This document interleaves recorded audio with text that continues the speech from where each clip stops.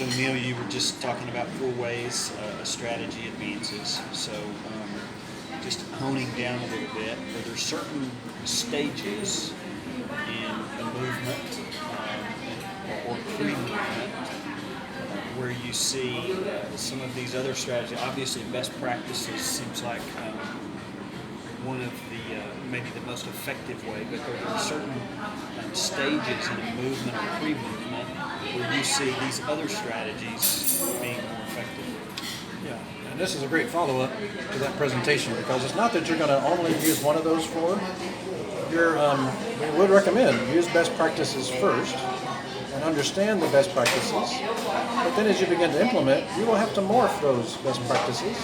And sometimes you might call that innovation because you have your spiritual gifting, you've got your history, and you are going to bring that to the table. But don't just launch out with innovating, launch out with best practicing and seeing why the Lord moved in certain places and what were the principles behind that. And it's not always about copying their material, it's about applying the principles.